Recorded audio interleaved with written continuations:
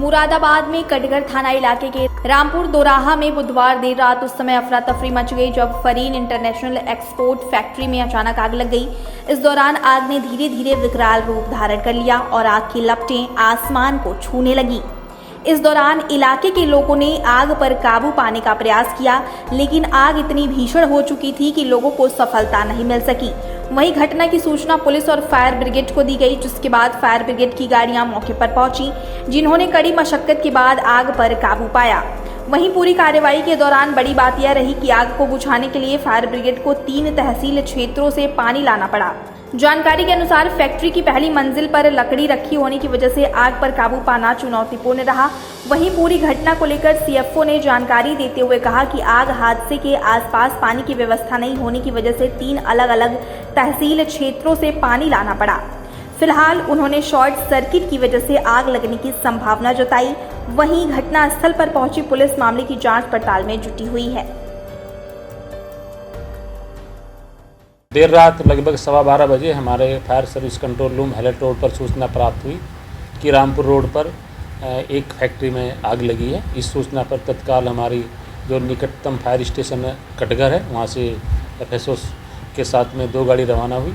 जैसे ही एफएसओ साहब हमारे घटनास्थल पर पहुँचे तो देखा कि आग की लपटें काफ़ी तेज़ी से बढ़ रही थी और आग भयंकर रूप से फैली हुई थी।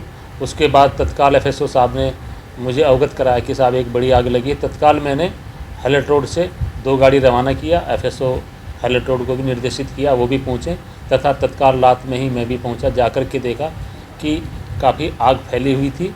जानकारी करने पर पाया कि वहाँ पर जो फर्स्ट फ्लोर पर जो फैक्ट्री थी रामपुर रोड पर फर्स्ट फ्लोर पर लकड़ी का आइटम स्टोर किए हुए थे और उसमें काफ़ी मात्रा में स्टोर था।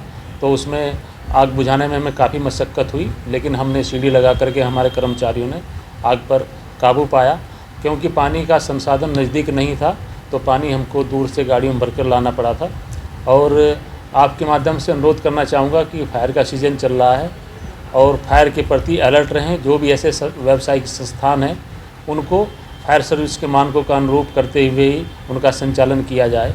और इस तरह की दुर्घटनाओं को हम खाली अग्निशमन विभाग ही सहयोग नहीं है, हमें पूरे समाज की आवश्यकता है कि हमको सहयोग प्रदान करें ताकि हम अग्नि दुर्घटनाओं को रोकने के साथ साथ जनधन की हानि को भी रोकने में सहायक हों। देखिए, जैसे आग लगी थी, आग से ऐसा प्रतीत होता है कि आग काफ़ी पहले लगी होगी, देर रात में लोग उसको देख नहीं पाए, आइडेंटिफाई नहीं कर पाए हैं। तो फर्स्ट फ्लोर में पूरी तरह से आग फैल गई थी।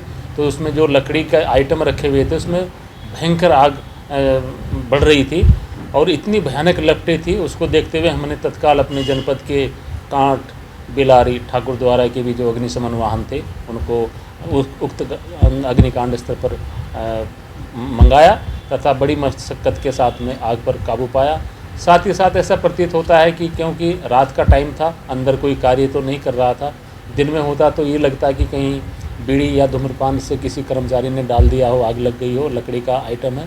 तो ऐसा प्रतीत होता है प्रथम दृष्टया कि संभवतः कहीं ना कहीं वायर लूज रहा होगा या हीटअप होने से शॉर्ट सर्किट हुआ और उससे आग संभवतः लगी है।